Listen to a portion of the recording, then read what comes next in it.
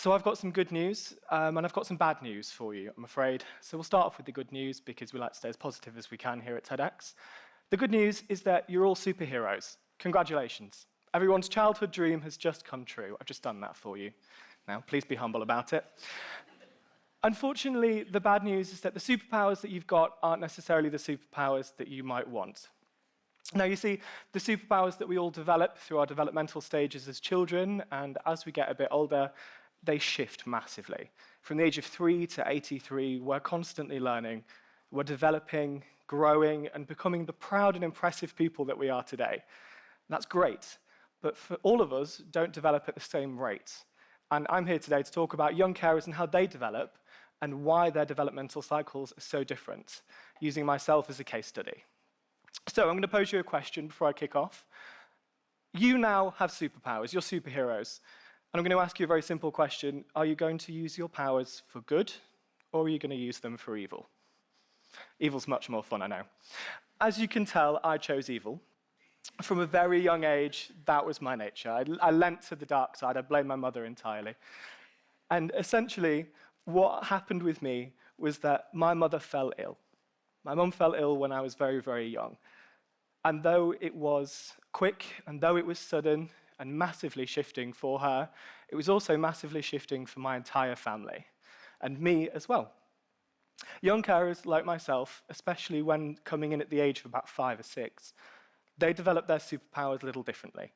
The powers of rational thought, cognitive reasoning, money management, people management, those skills and those superpowers, they come to young carers a lot earlier, and they're lessons that they have to learn a lot quicker and in a lot harsher environments. Though I was always particularly cool, as you can see, I didn't always take to these skills very well, and many of the young carers, much like me, struggle with them. They go down, from my experience as a young carer and teaching and training other young carers, 2 specific routes. We have the fight and the flight. Now, the fight young carers are one of my absolute favorites, and that's because they are absolutely tough as nails. They stick it out every step of the way.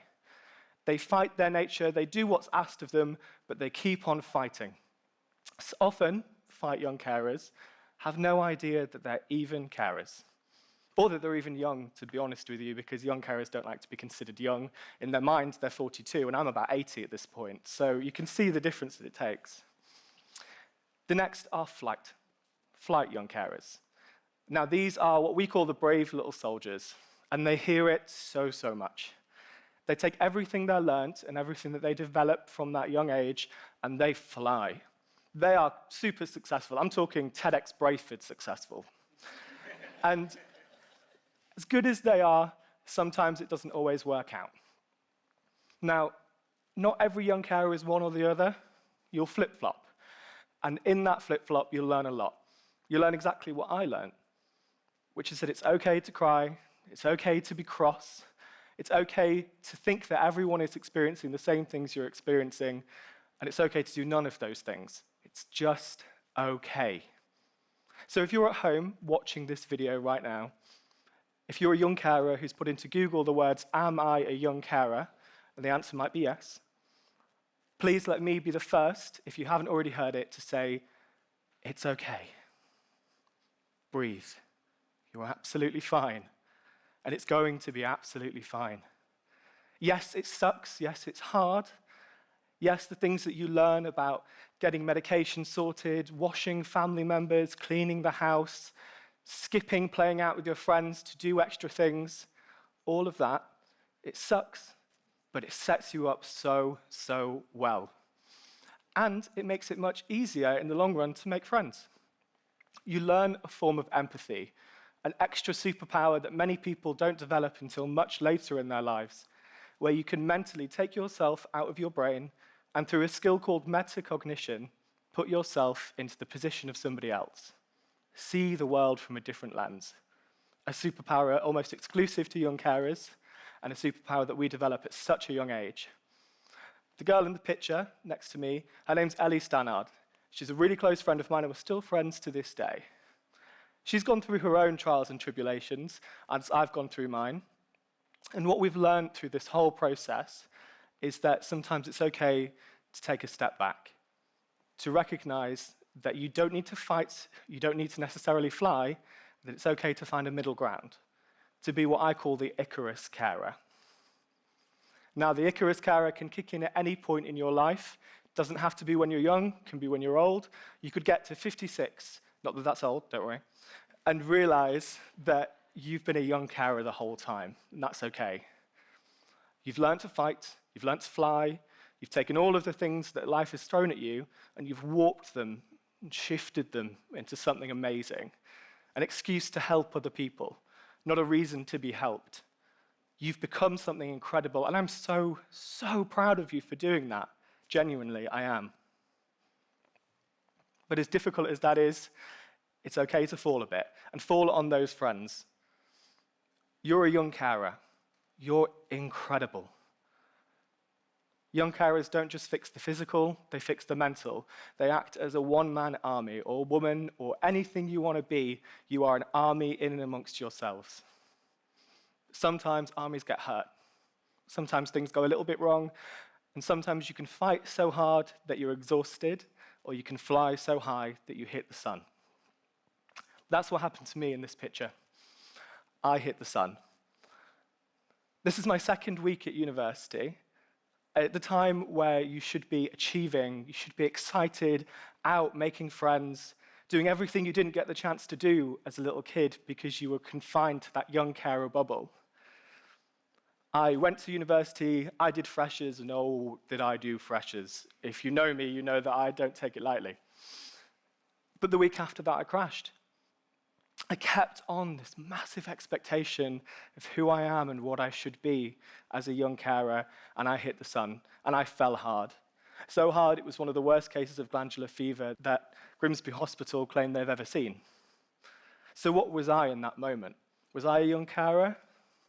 Was I a kid that got a bit sick? Was I a student who went a little bit too hard at freshers? All of those things, probably quite true. But in my moment, all I was then, in my mind, was selfish. How could I have put myself in a situation where I couldn't help someone else? How awful of me.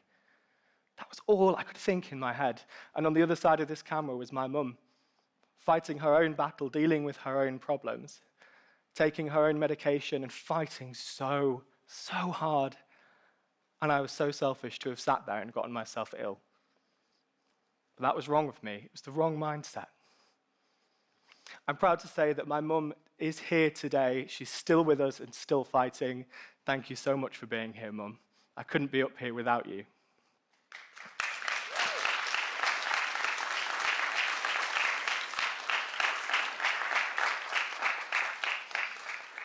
Much like a young carer is an individual army, the family around a young carer is an even bigger one. A mountain isn't moved by one person, it's moved by a team. By a dad who kept my family running financially, physically, and emotionally when the walls came crashing down, never once let us see him break. From a sister who I never once saw cry. I never saw break, I never saw her upset. She kept a straight face. But what I'm saying is that if you're a young carer, don't take that away as an excuse to be something dark in the world. Take the good, take the bad, and use it as an excuse. Use it to be that Icarus carer so that you can go on and help other kids. Other little kids like yourself, whose situation is a bit different, who have had to get up early to sort out medication, who've had to do the washing up and the washing, to learn side effects of medication from a young age just in case. Help them where you can. Be the positive change that you so desperately needed to see in that world. I'm proud to say that I have an incredible, incredible family that has supported me every step of the way, and that isn't just by blood, that's by friendship. Now, this is a group of my friends. I'm not going to tell you what we call ourselves in the group chat because it's so inappropriate for this stage, but I can tell you that they help me every step of the way too. Young carers need to lean on each other and they need to support one another. Lean on your family. They lent on you, and it's okay to do it back. Be selfish. It's not a naughty word. Take time for yourself. Grow yourself. Nurture yourselves. so that you can fly, so that you can become the Icarus carer and achieve something that you never thought would be possible. Thank you, everyone.